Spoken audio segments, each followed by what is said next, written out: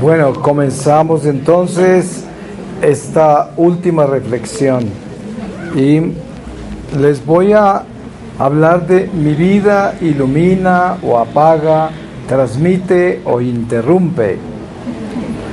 Estas son inspiraciones que vienen de los jóvenes de nuestra comunidad.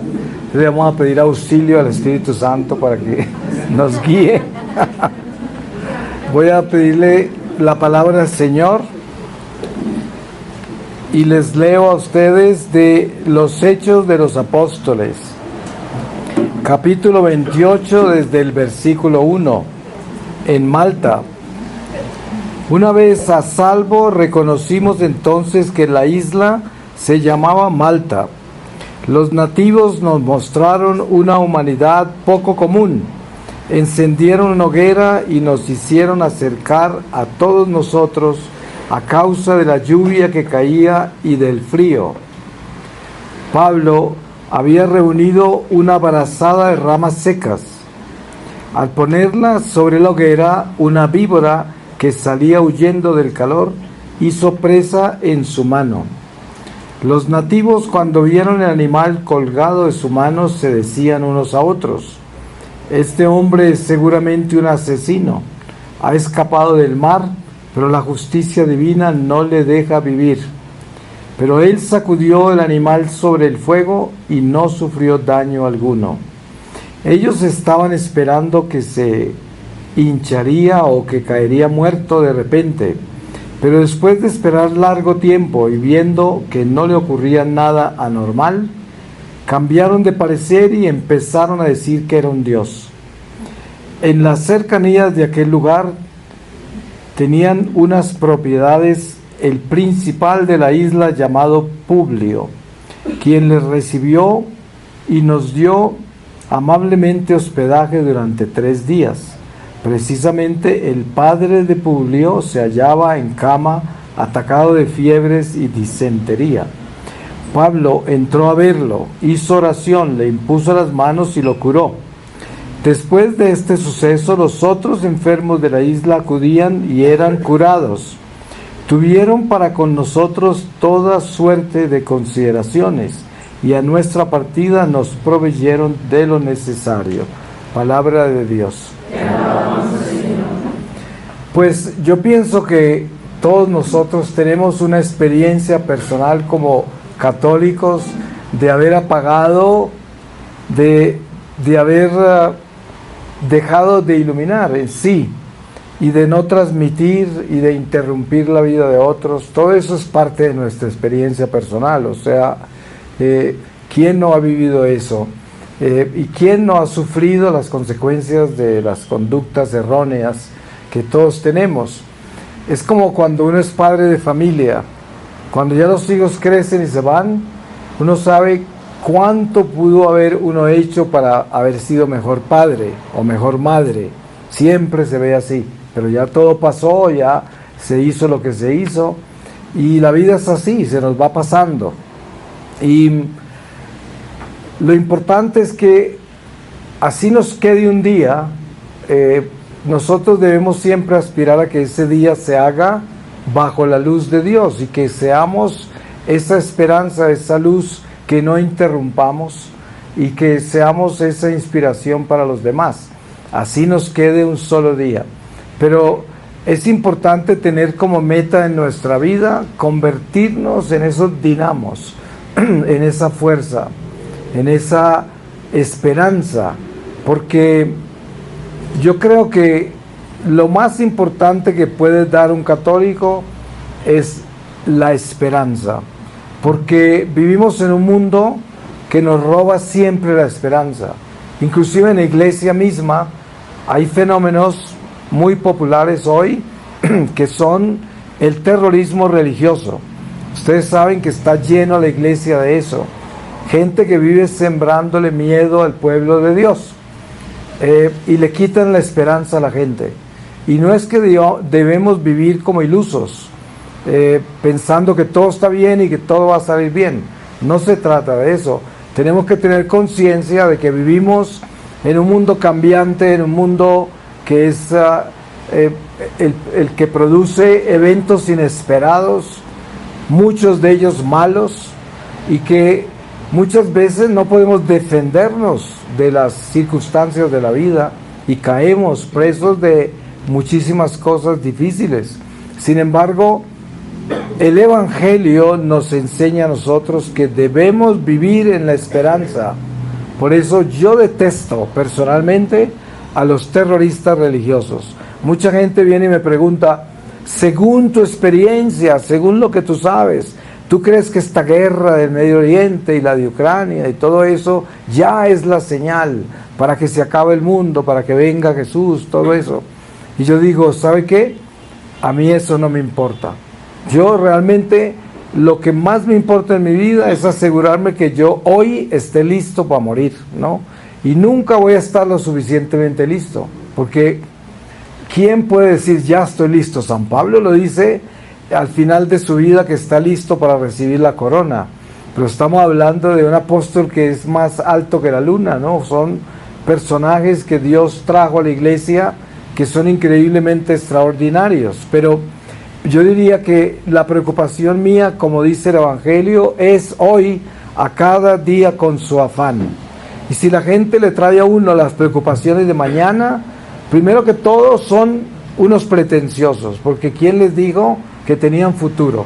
Entonces andan todos preocupados por el futuro. Y yo digo, qué soberbia, qué arrogancia, ¿de cuál futuro están hablando? Si ninguno de nosotros tenemos futuro. El único futuro que tenemos es el que Dios nos quiera dar. ¿Pero acaso lo tenemos ya? No, no lo tenemos hasta que Dios nos lo dé. ¿Y cómo sabe usted que Dios le va a dar futuro? ¿Cómo sabe? Usted no sabe.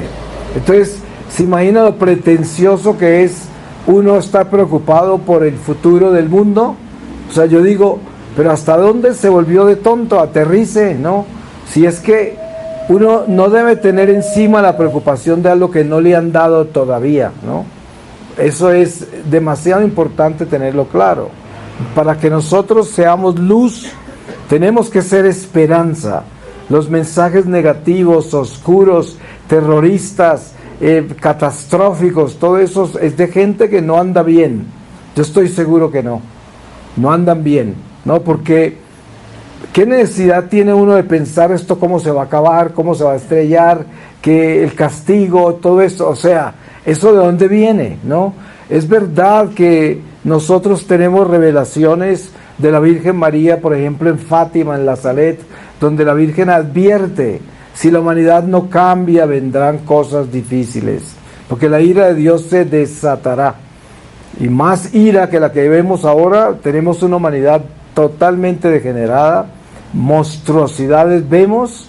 A veces uno en la calle, en una ciudad grande, está ahí esperando pasar una luz de tráfico, mira para el lado, la gente que está al lado, y muchas veces yo no sé quién está ahí, no sé qué, este es un hombre y una mujer, ¿qué es esto? No sabe uno. O sea, estas son cosas muy graves. Sin embargo, como que la gente se acostumbra a que eso es normal, ¿no? Pero no es normal. Eso es como una explosión nuclear dentro del corazón del hombre. Yo en una oportunidad estaba mirando con cuidado todo eso que la Virgen dijo en Fátima, y esto lo estaba meditando allá, en Fátima. Y es que la Virgen advirtió muchas cosas, y todo lo que ella advirtió obviamente no se dio, porque lo primero que pidió es consagrar a Rusia, pero tenían que consagrarla en esos momentos, porque si no algo peor pasaría y Rusia esparcería los errores por todo el mundo. Y los obispos no le creyeron a los pastorcitos. Nadie hizo nada de lo que la Virgen dijo. Y claro, llegó la Segunda Guerra y Rusia empezó a esparcir los errores y se dio todo lo que la Virgen dijo. Pero den cuenta que estos fueron advertencias sobre el pecado del hombre, ¿no? Sobre las consecuencias del pecado del hombre. Lo mismo la Salet, lo mismo Garabandal con los pecados de la iglesia y así. Pero entonces, la enseñanza central de los mensajes marianos, de lo que enseña el Evangelio, de lo que nos dicen todos los apóstoles, San Pablo en todas sus epístolas, es la esperanza, siempre. la esperanza, no la tragedia de cómo va a terminar el mundo. Sabemos que el pecado trae consecuencias graves. ¿Quién no lo sabe? O sea, sabemos eso. Si la humanidad está tan mal, uno tiene que andar con el cinturón de seguridad puesto, porque así de mal andamos y no se sabe, estamos en turbulencia. Es como cuando uno va en el avión y hay turbulencia, que le dicen, póngase el cinturón, ¿sí? Y así lo que nos están diciendo los ángeles, póngase el cinturón.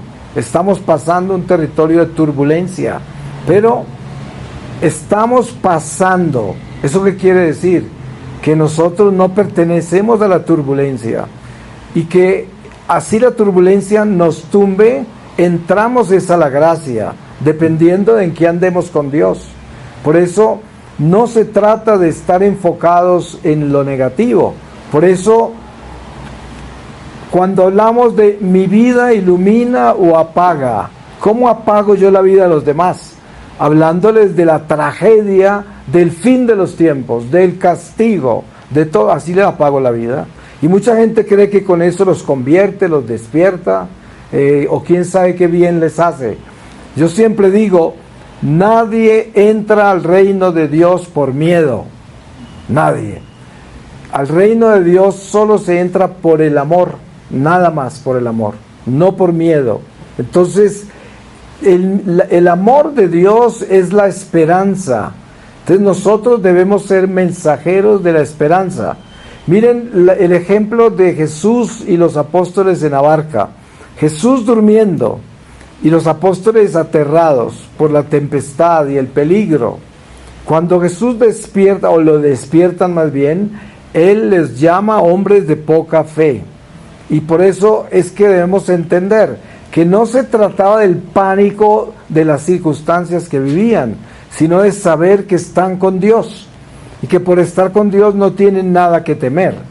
Pero entonces, ¿cuánto se necesita para lograrse eso? Se necesita tener esa fe viva que nos haga a nosotros luz, que iluminemos, que no interrumpamos la luz del otro, la esperanza del otro, y que así podamos asegurarnos que nosotros debemos estar enfocados en la esperanza, no perder la esperanza. Mucha gente que anda asustada sobre el fin del mundo y sobre los eventos del mundo anda sin esperanza.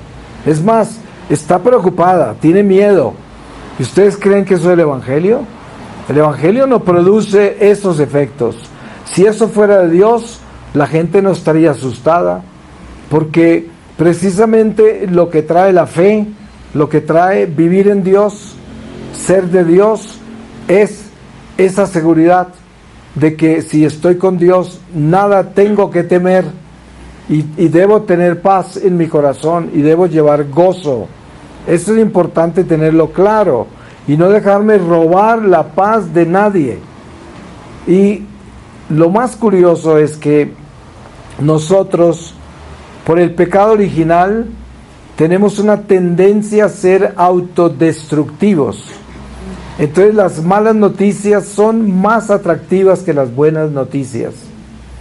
Sí, hasta el punto que a veces las buenas noticias pasan ignoradas, porque no son importantes. Pero usted hable de malas noticias, ahí están conectados y están como todos excitados y les parece extraordinario. Mire, esos profetas del fin del mundo escriben libros así de gruesos y la gente se los sabe de memoria y los tienen subrayados todos y no se saben el catecismo, ¿sí?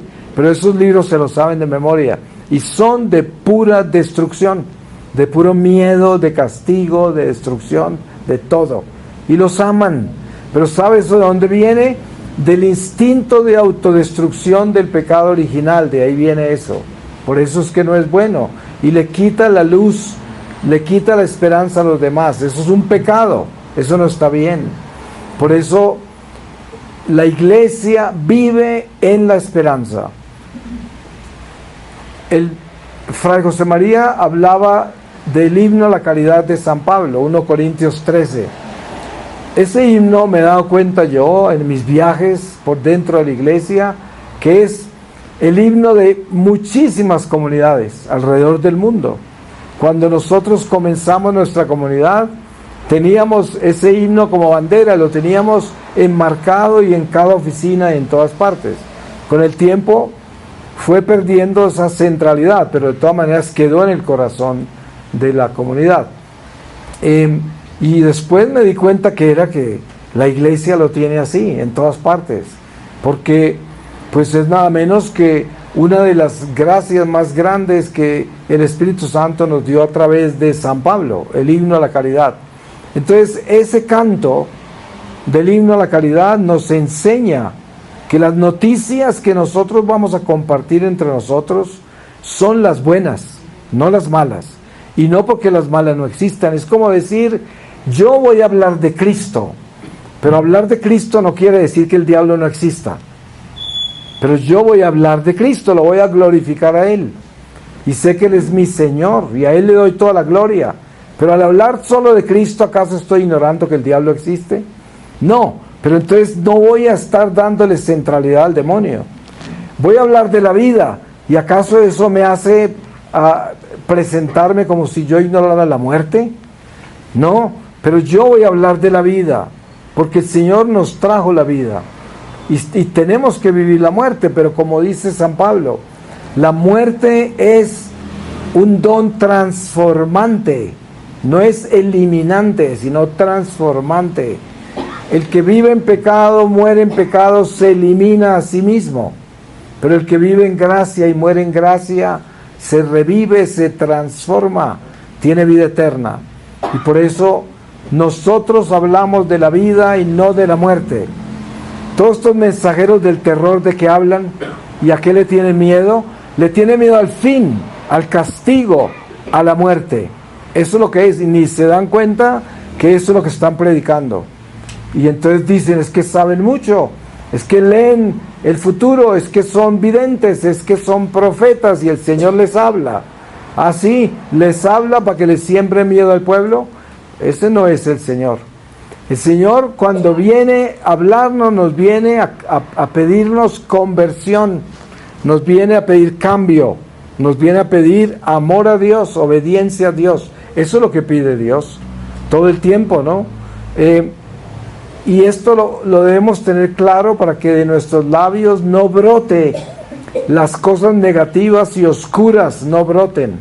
Es importante tener eso claro, porque de nuestros labios debe brotar esa esperanza.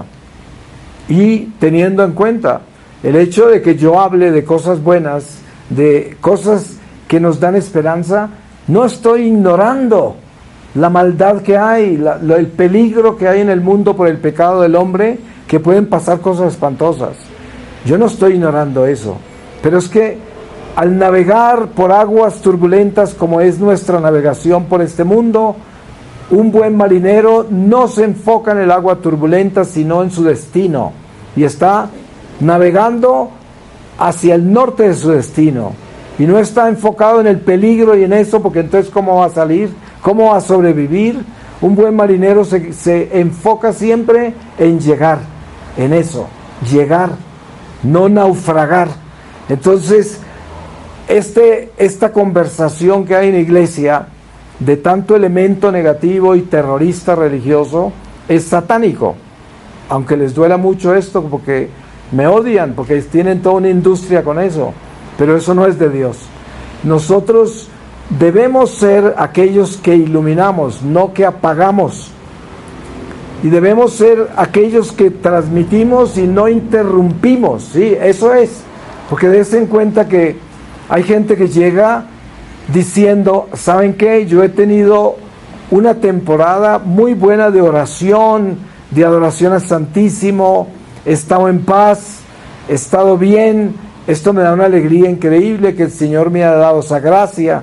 Y de pronto el que está con usted dice, pero, ¿y no te has dado cuenta de lo que está pasando en el mundo? La guerra de Israel y la de Ucrania, y lo que dijo el cura no sé qué, que ya llegó la hora y en octubre empezó, y no te has dado cuenta de eso. Entonces ya le interrumpe, ya lo apaga, sí, le quita la esperanza, si es que se deja, ¿no? Cuando uno encuentra a ese que apaga la luz, que interrumpe, que quita la esperanza de los demás, uno sabe que ahí está es el demonio, ¿no? así sea un cura, así sea el más antiguo de la parroquia, pero es que el diablo utiliza a cualquiera para hablar, ¿no?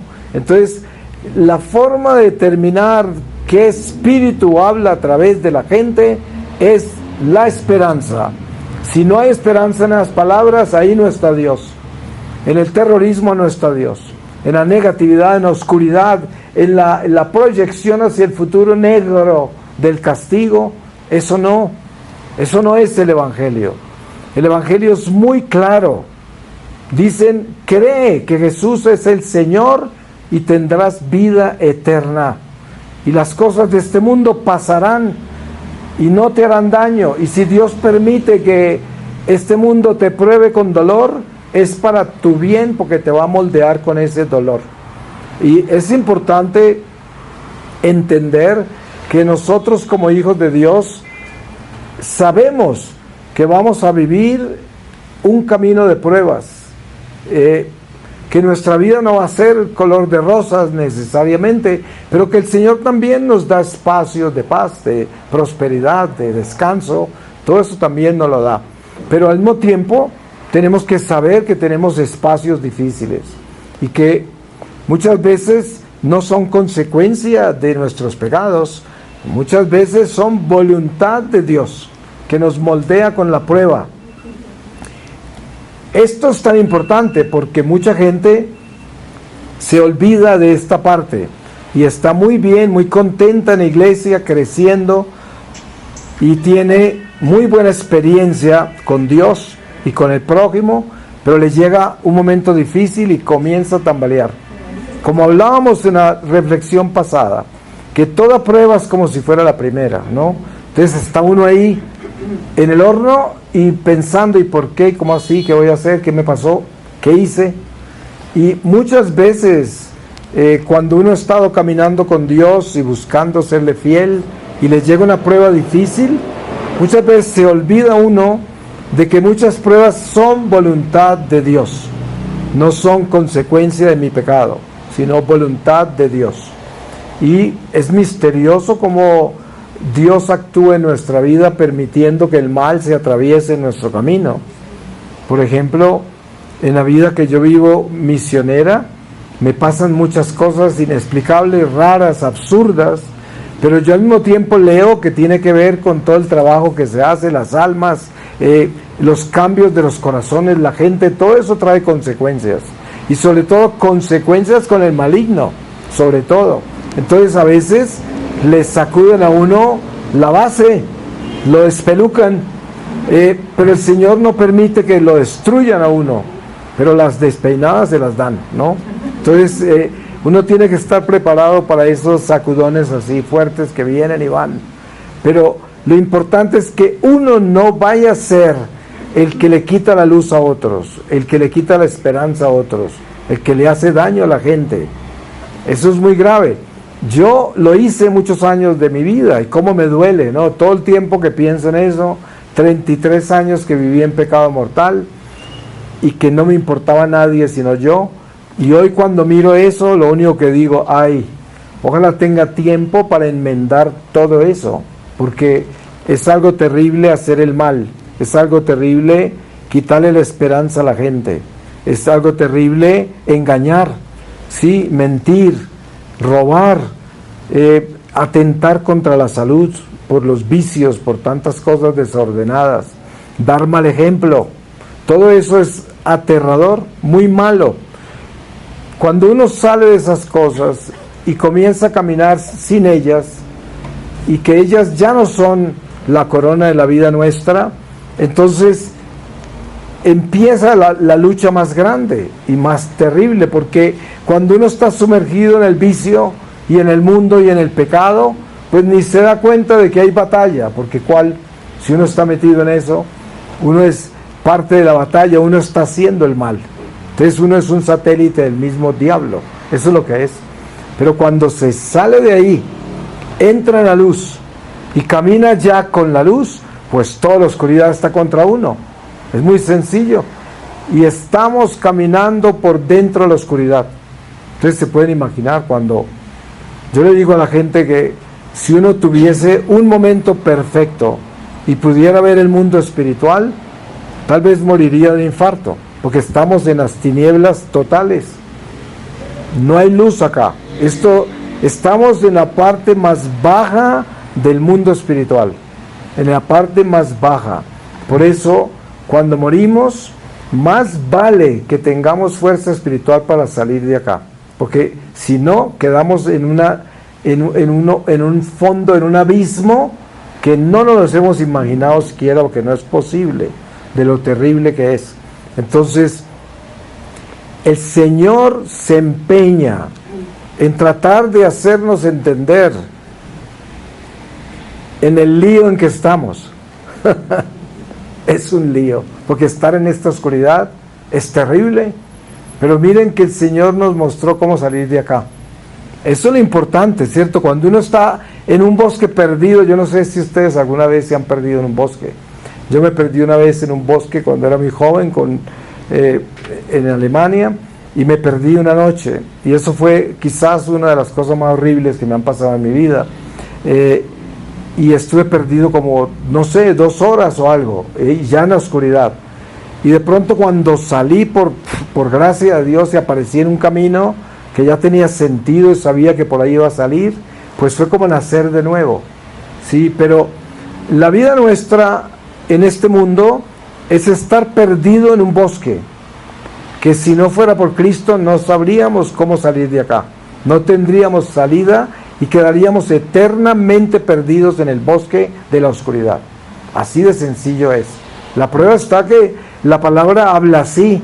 San Pablo habla así en sus epístolas, San Pedro, San Juan, todos los apóstoles del Evangelio habla. Estaban perdidos y Dios los rescató. Estaban ciegos y Dios les dio la luz, la vista. No oían y ahora oyen. Todo eso, ¿no? Es parte del encuentro con Jesús, con la esperanza, con la gracia. Es lo que Dios nos ha dado. Y por eso no podemos ignorar el don maravilloso que es nuestra iglesia, nuestra fe, para que nosotros podamos ser esa luz y darnos cuenta lo delicado, lo radical que es la existencia nuestra en este mundo. Porque estamos como metidos en una fosa y hay que salir de acá. Y la única forma de salir de acá es santificarnos, no hay otra. Y si no alcanzamos a hacerlo del todo, pues purgatorio. Pero no podemos aspirar al purgatorio, eso es muy ignorante. Tenemos que aspirar a la luz, porque ya el Señor nos dio todo cómo llegar allá. Pero para eso tenemos que despertarnos. Y es importante saber que no tenemos tiempo. Eso es lo importante. No existe la posibilidad de que uno pueda decir eso. Tengo tiempo, no lo tenemos. Y entonces, qué bueno que si nosotros salimos de este día de reflexiones y llegamos a casa convencidos de que hay que hacer las cosas ya. Tengo que dejar el vicio ya, la mentira, el pecado, lo tengo que dejar hoy. Lo tengo que dejar. Tengo que comprometerme con Dios a hacerlo. Y tengo que realmente llegar a una confesión verdadera, sincera, y comenzar un camino de transformación. Ahí diríamos, triunfó el Espíritu Santo en este día. Y qué bueno que es darle el triunfo a Jesús. Ustedes saben la fiesta que hay en el cielo si nosotros hacemos eso. Si logramos entender que hoy tenemos que cambiar, hoy es el día. Y son los días de promesa de Dios, pero no en vano, sino reales. Que uno diga, entendí, y hay que hacerlo. Y lo podemos hacer porque muchos lo han hecho. Yo siempre digo, miren, la población más inmensa que hay es la del cielo. Es la más increíblemente numerosa, la del cielo. Hay mucha gente en el infierno y en el purgatorio ni hablar, pero la población celestial es gigantesca. O sea, es posible entrar al cielo, y es posible entrar al cielo directo desde la tierra. Es posible. Por eso, ¿qué más queremos aspirar? Esa debe ser nuestra aspiración más grande. Pero eso se logra solo viviendo en la esperanza, no en la oscuridad, no en las malas noticias, no en el terror, sino en la esperanza, en el gozo. No hay cosa más hermosa que un católico alegre, que tenga gozo. Es lo más hermoso, porque le lleva esperanza a todos, le da vida a todos. Y claro, hay momentos para llorar, no todos los momentos son esos, de esa plenitud de alegría y gozo. Tenemos que llorar también, pero es como el niño que va corriendo y se cae, se da un golpe terrible y llora como si se fuera a morir, pero unos segundos después se para, sigue corriendo y parece que no se hubiera caído. Todavía tiene lágrimas chorreando, pues ya se está riendo y ya va alegre otra vez. Y eso es lo que debemos ser nosotros. Hay un momento para recibir el golpe y llorar, pero hay que seguir, y hay que seguir con la alegría. Porque el peor antitestimonio que puede dar uno es ser un católico amargado, un limón. Nosotros no estamos llamados a ser limones, ni siquiera toronjas. Somos llamados a ser alegría, gozo, en medio de todas estas pruebas. Tanta prueba, tanta cosa, pero no podemos arrugar el ceño, no podemos llevar la mala cara, la cara de limón. Tenemos que estar alegres porque somos del Señor. ¿Qué más alegría que esa? La alegría no es que gané dinero, o que me quieren, o que me apoyan, o que me aplauden, o que logré tantas metas en mi vida. Esa no debe ser la alegría. La alegría debe ser: yo soy de Cristo. La alegría más grande, la más grande, que el Señor me ama y que tiene un plan en mi vida y que me está esperando, que tiene preparado para mí algo que, si yo supiera lo que es, pasaría de rodillas el resto de mi vida. Así de sencillo, es tan hermoso. Y esto debe ser nuestra esperanza, nuestro gozo. Así nos convertimos en personas de luz, en gente que no interrumpe, en gente que es transmisora y que le da continuidad a los corazones. Que un corazón, cuando nos encuentra, no se atasca, sino que se inspira y fluye con más facilidad al encontrarnos.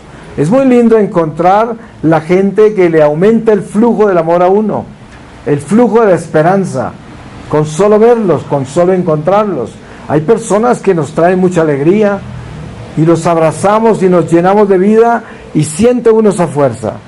Qué bueno que uno sea ese que hace fluir a los demás, que les enciende, que si van lento, uno los puede empujar para que fluyan con esa vitalidad y con esa energía y con esa esperanza, con esa fuerza. Y eso es lo que necesitamos ser, esos dinamos de fuerza de Dios. Y en nosotros está todo eso, lo tenemos, no nos falta, no necesitamos ir a buscarlo a ningún lado.